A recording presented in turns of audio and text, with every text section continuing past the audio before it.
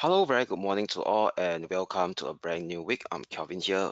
Today will be Monday, the 16th of December 2024, and time's really fly pretty fast. So we're coming close to 2 weeks before 2024 ends. So very good morning. Today will be Monday, the 16th of December 2024. So before we start our daily dose of market insights, let's have a quick look at the disclaimer first. All right, leverage trading carries a high degree of risk and may not be suitable for everyone. Losses can exceed deposits. This presentation is not an offer or solicitation to buy or sell, nor financial advice or recommendation for any investment product. Any forecast, prediction, projection in this presentation is not necessarily indicative of the future or likely performance of the product. This advertisement has not been reviewed by the Monetary Authority of Singapore. All right, so as usual, before we jump straight into the short-term intraday technical outlook on those broad-based cross-asset classes that we share on a daily basis, let's have a quick recap what has taken shape on last Friday, over the weekend, and as well as last Friday, I want to highlight some of the key intraday movement on the broad-based cross-asset classes. So let's start with last Friday key economic data first. Okay, so on last Friday, over the US session, the European session, there's no key economic data release. What's important is there is actually one particular China data release on late last Friday. That means after the closure of the Asia session that I would like to share with you guys is this China loan data. All right. So why this China outstanding loan growth data is important, because we want to see whether after the so-called additional monetary policy stimulus that has been enacted since September, has it really lead to what I call internal demand for growth. So what we could see over here is that the external loan growth for the month of November continues to actually be in a rather lackluster pace of growth. So 7.7 year-on-year growth. So that's actually below 7.8% year-on-year on October, and what below market is expecting at 7.9%. So if we look at the trend of the outstanding loan growth in terms of the trend, you very obviously see that it's actually not picking up. Okay, give me a couple of seconds to wait to load again.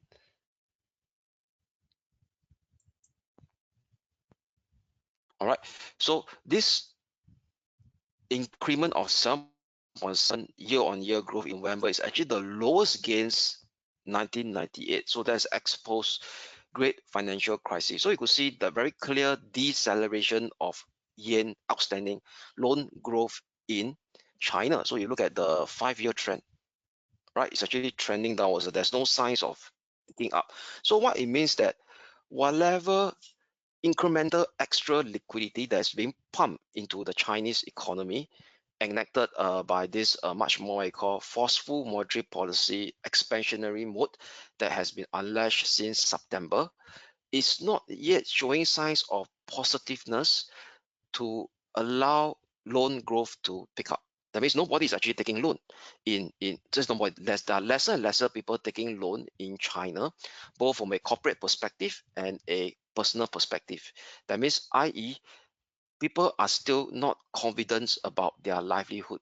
All right. So once people are not confident about livelihood, why should I take on more leverage? So that could what I could see a what called potential liquidity trap situation in the Chinese economy, and that could potentially also lead to entrenched deflationary risk spiral in the Chinese economy. So very clearly, expansionary monetary policy. Yes, the central bank could actually lower RRR, we call it requirements ratio for the banks, reduce interest rates.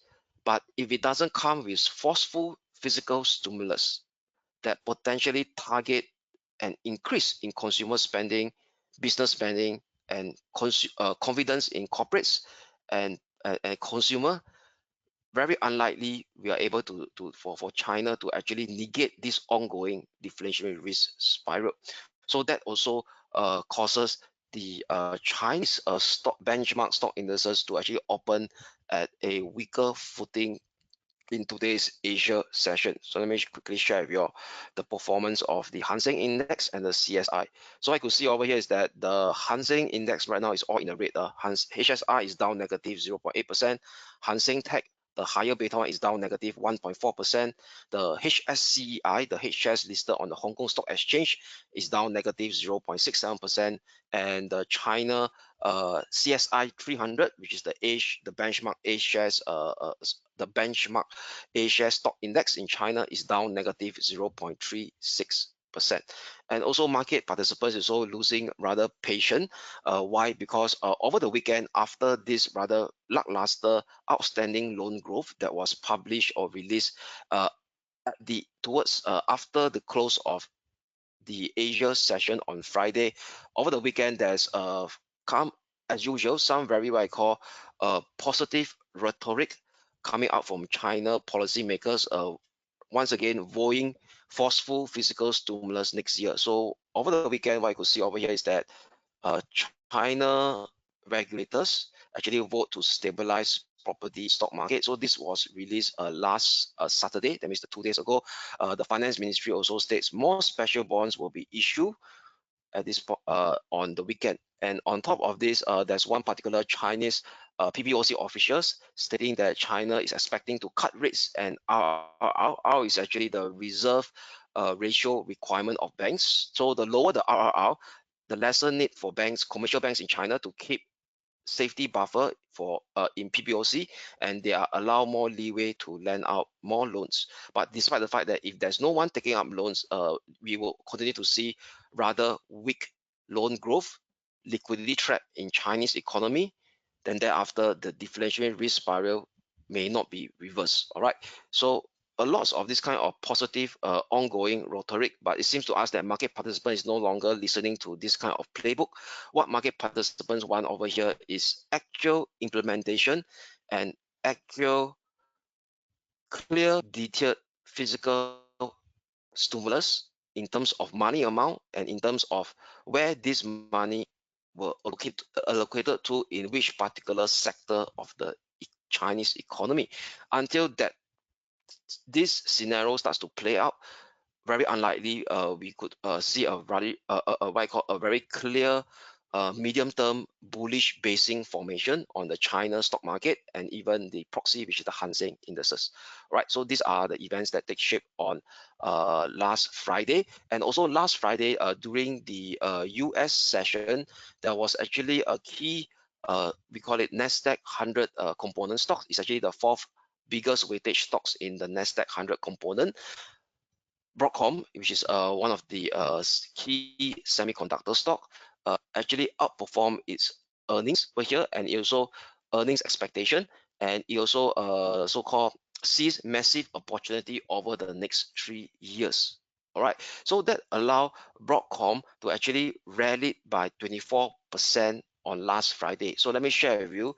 This is the component stock of the Nasdaq 100. So I could see over here is that Broadcom is the fourth biggest weightage components on inside the Nasdaq 100. So given the very strong rally last Friday of 24%, all right, over here 24% rallied. So what we could see, yes, despite the fact that on the S&P 500 there are more red than green because Broadcom is 24%, and given the fact that the weightage of Broadcom is almost 3 times in Nasdaq 100 compared to the S&P 500, and that causes the Nasdaq 100 to actually outperform the rest of the other major US stock indices very strongly, breaching almost hitting a fresh all-time high on last Friday, gaining 0.76%, whilst the SPX almost unchanged, and the underperformer is the Dow Jones and the Russell 2000, which is down negative 0.2% and down negative 0.6%. And the reason why the other major US stock indices is not actually increasing as much as the Nasdaq 100 is due to macro factors. Okay, so like I say, the Nasdaq 100 is rallied because it's due to a specific component stock that is the fourth biggest weightage stock on inside the Nasdaq 100, which is the Broadcom, which rallied by 24% due to its rather positive earnings guidance going forward. And the rest of the other major industries actually show lackluster performance is due to macro factor. So what is this macro factor? Is in fact there's a risk of higher long-term borrowing costs may start to creep back into the US economy by looking at this benchmark US 10-year Treasury US 10-year Treasury yield. Okay, pardon me about my tongue twisting. So I could see over here is that previously I do highlight that whatever push down exposed Trump presidential election winning the White House, exposed they actually push down, is still trading in this bullish dynamic. Why? Because it's involving in a major bullish flag formation within this long-term circular ascending channel that has been in place since March 2020. So what do I mean by this? If you go to the weekly chart, very clearly you could see the longer term US 10-year Treasury yield is still trading in a major uptrend since the low of the pandemic March 2020. So given the fact that on last week, we start to see a medium-term bullish reversal upon testing the 4.16%, which I highlighted last week in my daily dose as well. And on last Friday, it almost tests the upper boundary. It already tested the upper boundary of this major bullish flag formation. So market right now, in terms of short-term dynamics, that's why we may see a bit of what I call hesitation by the rest of the other major US stock indices on last Friday, because the fact that there could be higher risk of longer term interest rate pushing up back up in the US economy using the 10-year US Treasury yield as the proxy. Because why? Because we know that the 10-year US Treasury yield is considered as the longer term risk-free rate where corporate loans, commercial loans, housing loans are use this particular reference to actually price their respective loan rates that will charge to customer. So with the risk-free rate, long-term risk-free rate continuing to inch up higher, and with the bullish breakout of 4.49%, potentially the long-term treasury yield could continue its longer-term circular uptrend dynamic to potentially expose or visit the next key major resistance level at 5.2%. So when that's happened, market participant will create a bit of fearfulness to actually profit take the some of the equities residing in the major US stock indices, and given the fact that the S&P, the Nasdaq 100 are actually their forward P ratio is rather stretched on the upside as compared to their historical norms. And also do not forget this week also be a pivotal week. Why? Because of the US Federal Reserve meeting on the 19th of December, which is way early Singapore time at 3 a.m. So later I'll touch more about that as we head into this particular FOMC day on my daily dose on Tuesday and Wednesday. All right. So with this firmer US 10-year Treasury yield, that also lead to a firmer US dollar as well, as the US dollar on Friday continues to trade above its 20-day moving average and now looking to retest the 22nd of November swing high area at 107.35 level.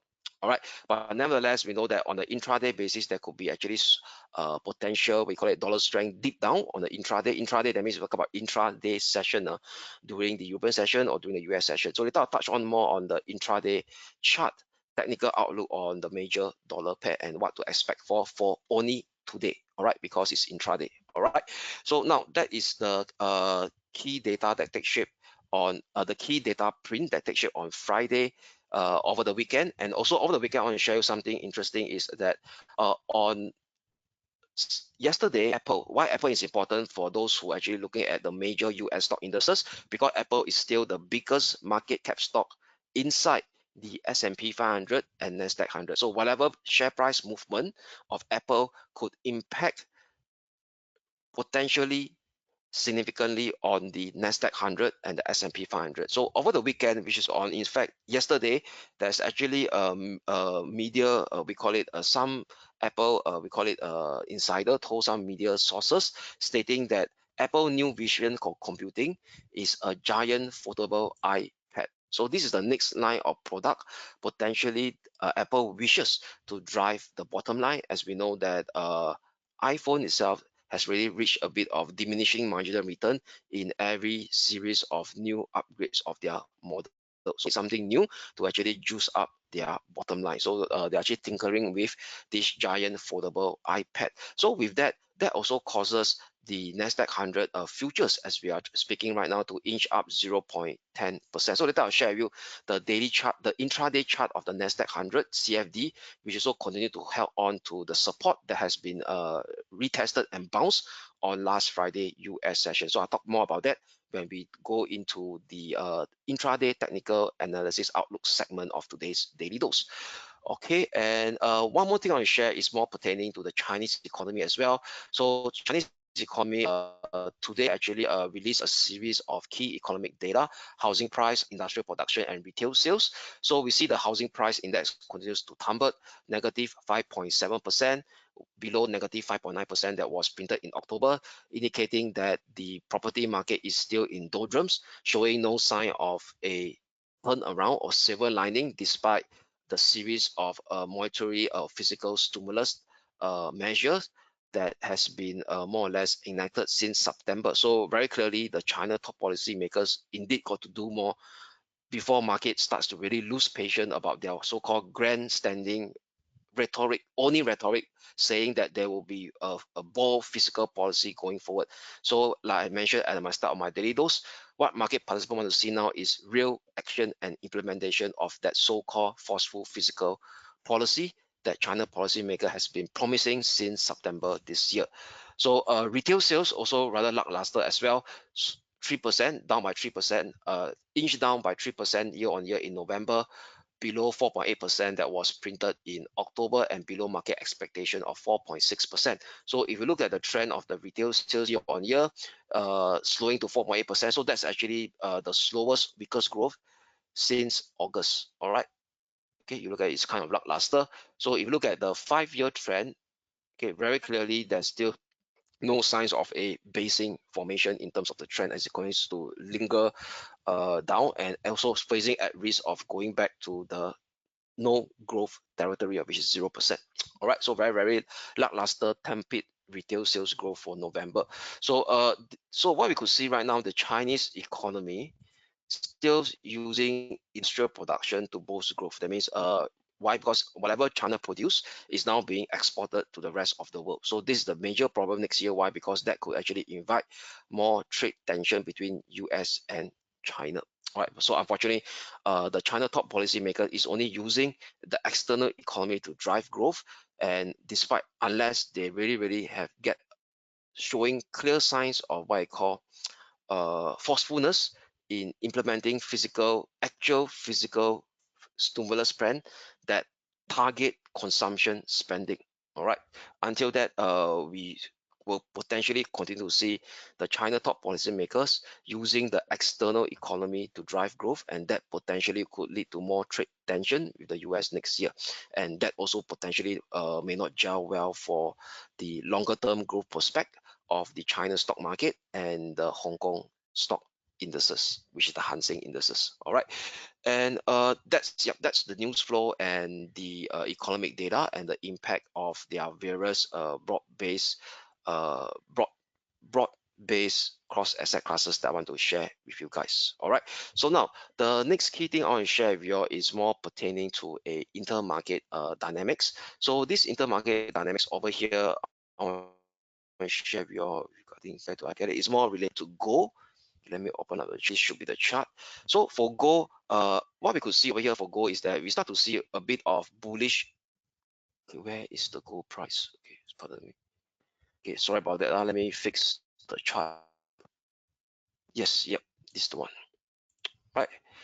So what we could see over here is that in this instance, the top of my chart over here is the US 10-year Treasury real yield. Okay, real yield. So what I do over here is that instead of getting the nominal yield, I get the US 10-year Treasury real yield minus off the 10-year US inflation break-even rate. That means what's market expecting 10-year inflation will be in the US. So after minusing off the 10-year break-even inflation rate in US, we are able to obtain the 10-year US Treasury yield. So like I repeat, the formula for this 10-year US Treasury yield is basically getting the nominal 10-year US Treasury yield minus of the 10-year US break-even rates. Okay, so what you could see over here is that they managed to bounce off from a medium-term support level at the 1.9%, which is so the 200%, the 200-day and the 50-day moving average, and as well as punching above the 20-day moving average on last Friday. All right, so this price movement that was seen last week on the 10-year US Treasury yield indicated some form of bullish reversal in the 10-year US Treasury yield. That means going forward from a medium-term perspective, that means i.e. from a multi-week perspective, the 10-year US Treasury yield potentially could revisit its medium-term resistance that was printed on 19th of April at 2.29%. So if this scenario starts to play out, or this scenario continues to play out, I would say it will lead to what I call rather lackluster movement in gold price. So as you see that gold price, since hitting a high of 21st of November, it started to trade sideways along the 50-day moving average, and on last Friday it dipped down below the 50-day moving average again. So at the bottom of the chart is spot gold over here. So if potentially this medium-term bullish reversal continues to gain traction on the 10-year US Treasury real yield, that could actually increase the opportunity cost of holding gold, creating a bit of fearfulness on the gold market. But despite the fact that in longer term, there are still longer term catalysts that are still supporting the long-term bullish trend of gold. So this is a long-term bullish trend of gold since the low of 4th October 2023. What are the long-term positive catalysts? Two of them: more generous corporate tax cut incoming in 2025 due to Trump preference of having a deeper corporate tax cuts, and he already promised that during his campaign policy.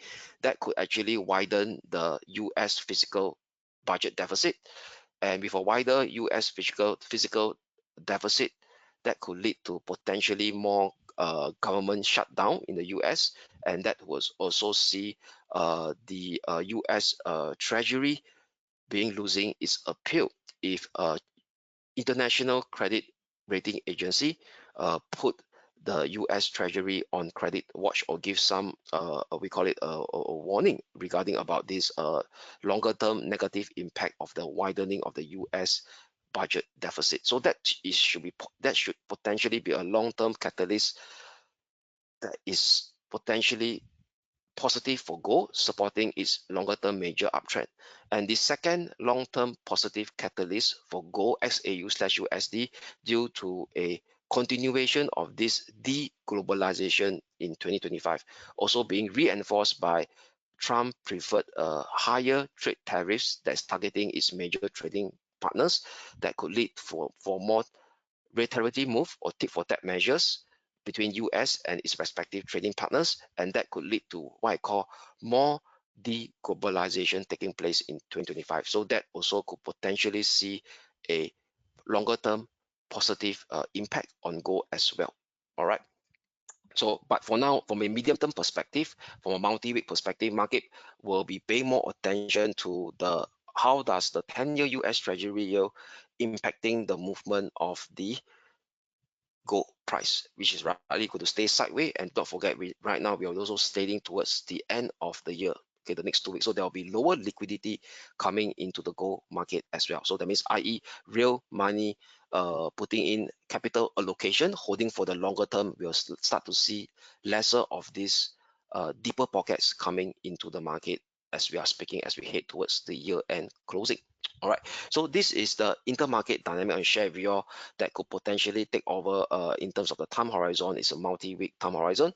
Gold likely to be sideways, being hampered by this ongoing, we call it a medium-term bullish reversal that may have really taken shape on the US 10-year Treasury real yield.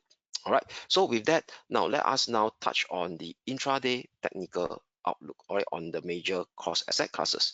So before that, let me expand my screen so that you guys could have a better view of the charts. All right, over here. Great. So now let us start with the FX market first. All right. So FX market. So let us start with the euro dollar. So like I mentioned over here is that this is an intraday technical outlook, only a good for a day. So we know that price action oscillate within their trends. So for sure we know that the medium term downtrend is still intact for the euro dollar, as price action going to trade below the 50-day moving average. And what's interesting is that on last Friday, price action hit our first support level during the start of the at the start of the European session, 1.0460, come break down lower and starts to rebound throughout the US session. And based on this rebound over here, price action indeed starts to print out a bullish divergence, right? That's a very clear bullish divergence on the RSI. So indicating that on a intraday basis for today, there could be some signs of mean reversion rebound taking shape within its medium-term downtrend that is still intact. So for today, because of that bullish divergence that's being flashed out on the hourly RSI, I will flip to a intraday bullish bias for that potential intraday mean reversion rebound to play out using 1.0460 as my short-term pivotal support level. Three key resistance level to watch on the intraday for today: 1.0540, which is the 20-day moving average. A breakout above it potentially sees 1.0560 slash 1.060, which is the minor swing high of 6th of December and 29th of November. Only an hourly close and a breakdown below 1.0460 will invalidate today's intraday bullish bias to resume the impulsive down move sequence to expose the next near-term support level at 1.0410, followed by 1.0330, which confluence with the swing low of 22nd of November. All right, so that's for the euro dollar. Turning our attention will be the sterling dollar. So on Friday, during the US session, the sterling dollar plummeted and hit our support level at 1.2610 as intended. And upon hitting our support level at 1.2610, we were bearish on last Friday. The hourly RSI now has starts to shape a bullish divergence as well. So indicating a chance or higher chance of a mean reversion to play out on an intraday basis within its medium term and trend that is still on a downtrend, as price action going to trade below the 50-day moving average and the 200-day moving average, and even the 20-day moving average as well. So giving a bit of excess at the bottom here using 1.2610 slash 26 figure level as my short-term pivotal support for today. We will flip to a intraday bullish bias for that potential intraday mean reversion rebound to play out. So like I mentioned, it only good for potential today because this is an intraday outlook on the sterling dollar. Two key resistance level to watch out for on the intraday basis: 1.2675, only a breakout above 1.2675, which is the 220-day moving average, acting as an intermediate resistance as well, potentially sees a further probe up to test the next intraday resistance at 1.2720, which is being defined by a key Fibo retracement as well. If I were to retrace the last push down from last Thursday all the way to the US session low, that correspond to the golden ratio of 61.8%, and as well as the former minor range resistance that previously was supported on 9th of December and 11th of December now turns into a pullback resistance next. However, a price action with an hourly breakdown and a close below 1.26 figure level will invalidate today's intraday bullish bias for the intraday mean reversion rebound, and instead flip the honors back to the resumption or the continuation of the impulsive downmove sequence to expose the next near-term support level at 1.2510 next. So that's for the sterling dollar, flipping to an intraday bullish bias as well. Now, turning our attention will be the Asia Pacific currency against the dollar, starting with the dollar yen. So the dollar yen continues to remain firm in terms of its short-term intraday bullish trend. Last Friday, we were bullish as well, hitting our support resistance level at 15330, slash 15370. So this level has been met. So there is still no clear signs of a bullish exhaustion, as price action on the hourly RSI continues to be supported by this ascending trend line support over here. All right, so what I will do over here is that there's the key support level to watch out for on the intraday basis. The first key support level to watch out for will be this 153.25 over here, 153.25. do not want to put this as a key pivotal support, put it slightly lower, was previously a major intraday congestion area over here, very clearly. Resistance, break, turns into a pullback support and shape that bullish reversal.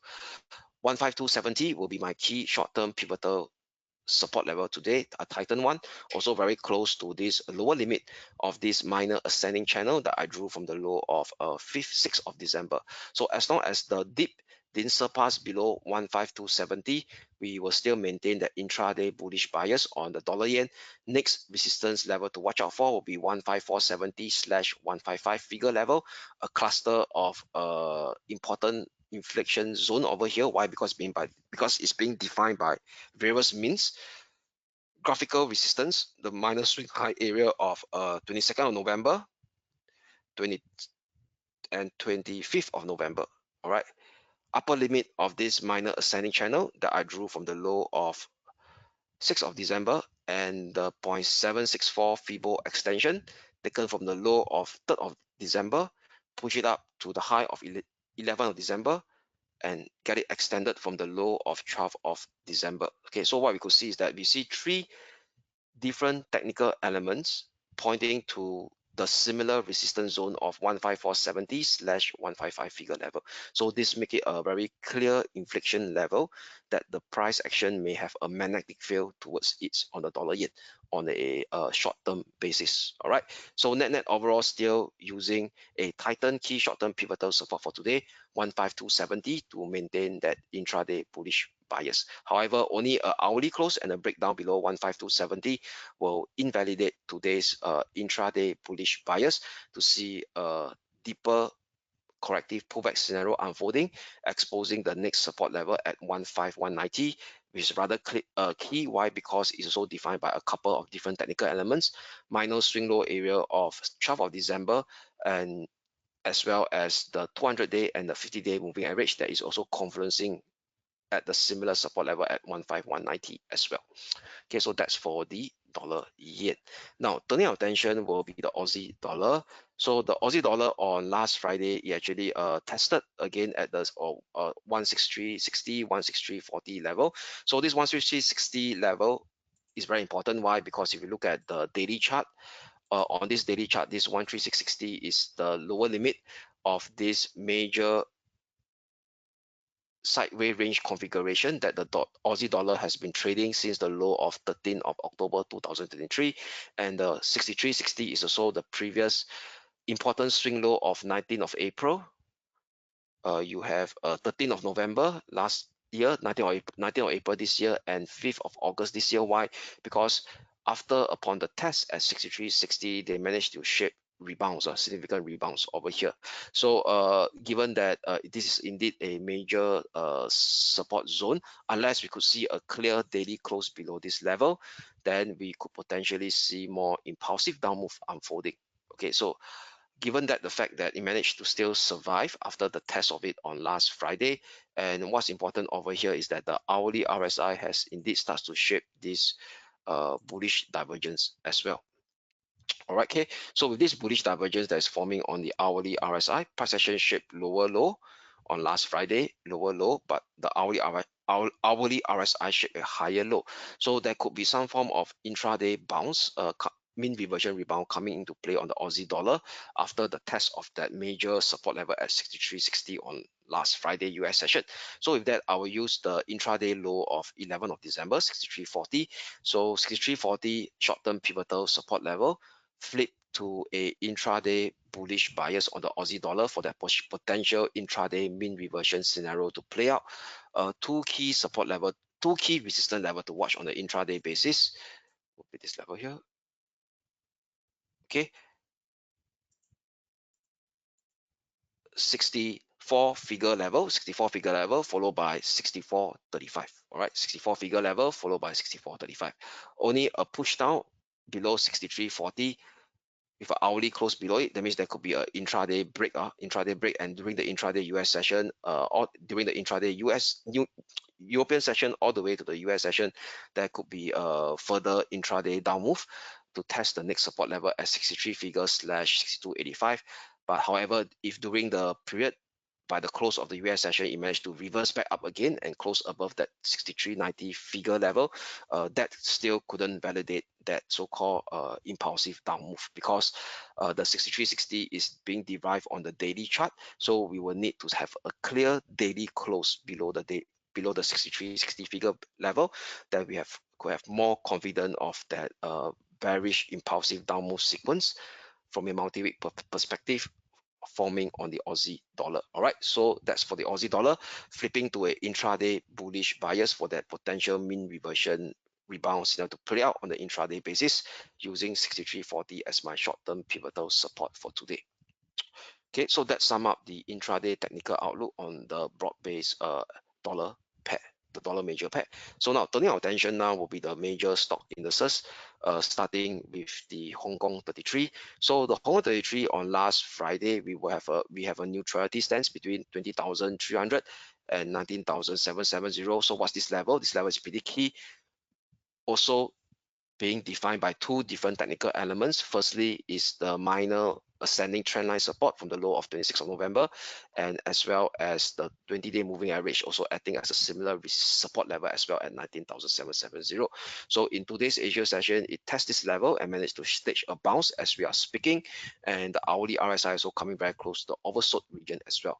So with this bounce that's taking shape on this key support level, we will use 19,770 as my short-term pivotal support level. We will flip to a intraday bullish bias for a potential bounce that could take place on an intraday basis. First resistance level to watch, okay, will be at 20,050, which was also this Monday Asia session intraday high, 20,050. Only a breakout above 20,050 exposes the next intraday resistance to watch will be at 20,300, which correspond to the 50-day moving average as well. All right, so flipping to a intraday bullish bias using 19,770 as my short-term pivotal support level. Resistance level for today on the intraday basis, 20,050 followed by 20,300. So only a push down and an hourly close below 19,770 will invalidate today's intraday bullish bias to see another round of choppy corrective decline scenario unfolding, exposing the next near-term support level at 19,337 and potentially even 19,030 next, which is the minor swing low area of 22nd of November, 26th of November, and 27th of November. So that's for the Hong Kong 33. Now, turning our attention will be the Nikkei 225, or i.e. the Japan 225. So the Japan 225 continues to trade or survive at the short-term pivotal support of 39,480 / 39,230 level. We also close to the lower limit of this minor ascending channel from the low of 28th of December. Still no change, still using the 39,480 / 230 as my short-term pivotal support level, still maintaining that intraday bullish bias. Two key resistance level to watch on the intraday basis. Let me put it in writing. Firstly will be 39,830.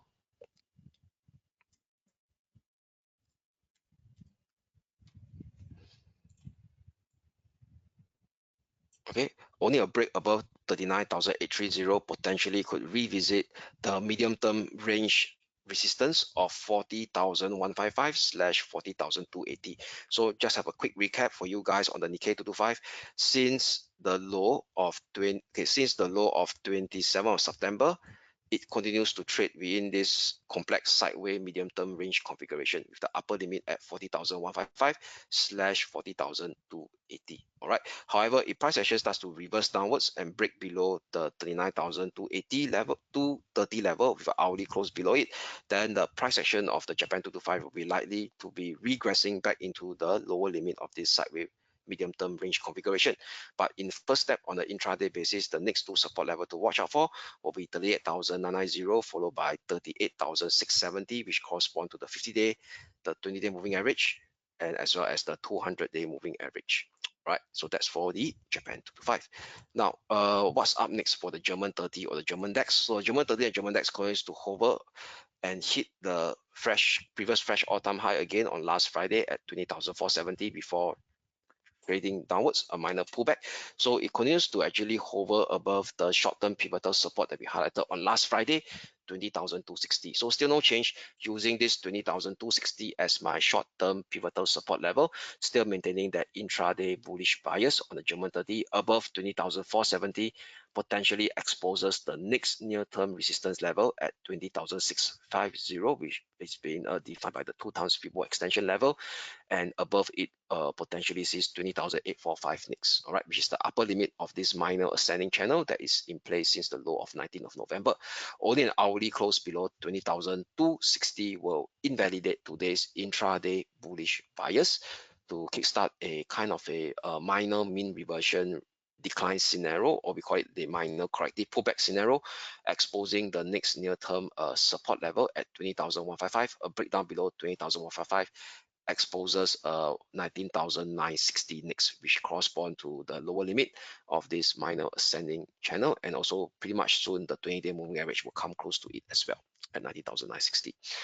Now, the major US stock indices. So the Dow Jones Industrial Average continues to underperform the Nasdaq 100 on a very short-term basis since the start of last week. And what's interesting over here is that it continues to survive at the lower limit of our short-term pivotal support that we highlighted on Friday as well. 43,980 slash 43,807. This is the lower limit of our support. So let me remove this. So let's use the lower limit of our support level here. 07. Okay, and so upon surviving at the lower limit of our support level on last Friday, what we could see is that the hourly RSI has started to shape a bullish divergence. All right, lower low in price action, but higher low in the hourly RSI, also hitting last Friday during the Asia session at the hit the oversold condition as well. So with that, we continues to be bullish on the Nasdaq, on the US Wall Street 30, because it managed to survive at the short term, at the predefined short-term pivotal support that we highlighted earlier, 43,807, and now coupled with a bullish divergence that's being flashed out on a hourly RSI, indicating that the downside momentum has started to ease or start to wind off. So near-term resistance level to watch for today, I will have a slightly lower level. So using last Friday intraday high over here, which is at 44,040, so 040. Okay, this will be the first resistance level to watch. So a breakout above 44,040 exposes the next level, which is 44,195 slash 44,350. That also correspond to the 20-day moving average. I think that's a resistance level as well. However, if price action starts to break down with the hourly close below 43,807, then today's intraday bullish bias will be invalidated to see the continuation of this corrective decline, exposing the next near-term support level at 43,325 next. So that's for the US Wall Street 30. Now, turning our attention will be the Nasdaq 100. So the Nasdaq 100, as I say, on last Friday, during the start of the US session, it actually rallied. Then thereafter, it came down, sell off, but the sell off managed to help right exactly at our first support level at 21,650 before staging a bounce. All right. So given that it hasn't hit the first resistance level yet at 21,950 slash 22,036 that we predefined it on last Friday, I don't want to tighten the key short-term pivotal support level to too tight at 21,650. I will still use the 21,530 as my short-term pivotal support level, still maintaining that intraday bullish bias as long as this short-term pivotal support level holds. First resistance level to watch, 21,950 slash 22,036. A breakout above it exposes 21,130 slash 22,000, exposes 22,130 slash 22,160, which is being defined by a Fibo extension cluster level. Only an hourly close and a push down below 21,530 will invalidate today's intraday bullish bias to kickstart a minor mean reversion rebound scenario. Kickstart a potential minor mean reversion decline scenario, or a minor corrective pullback decline scenario. In first step, exposing 21,400 first, which is the lower limit of the minor ascending channel that is in place since the low of 20th of November. only a break below 21,400 may start to see a much more pronounced minor corrective pullback scenario, exposing the next near-term support zone at 21,220/21,100, which will correspond to the rising 20-day moving average. All right, so that sum up the intraday technical outlook on the broad-based cross asset classes. So now let us turn our attention to the commodities market, starting with gold XAU/USD.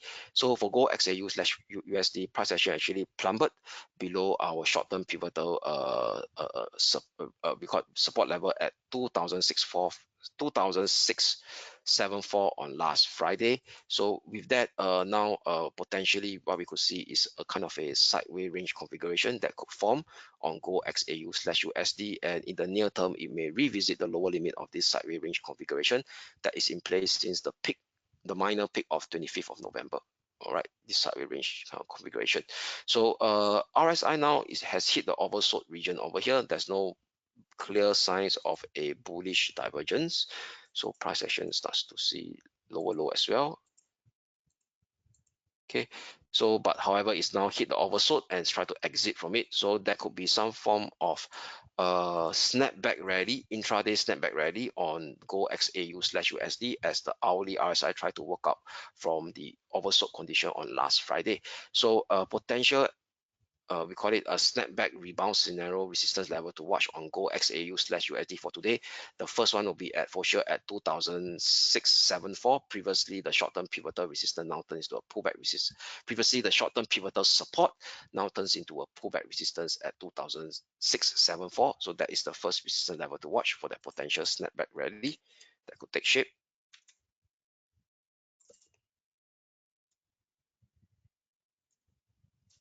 Okay, 2,674. Above it sees our short-term pivotal resistance for today at 2,692. All right, so which is the minor swing high area of 13th of December. And if you do the Fibo retracement of this entire short-term push down from the high of 12th of December all the way down to today's Asia session low, that also correspond to the golden ratio of 61.8%. So potentially these are the two key potential snapback rebound that gold could take shape. But however, if we start to hover very close to this level between 2,674 and 2,692, I will actually have a much more bearish bias thereafter. That means two scenarios could play out: snapback rally hitting this level over here, then from here the price action of gold may stage another bearish reaction. All right, why bearish reaction?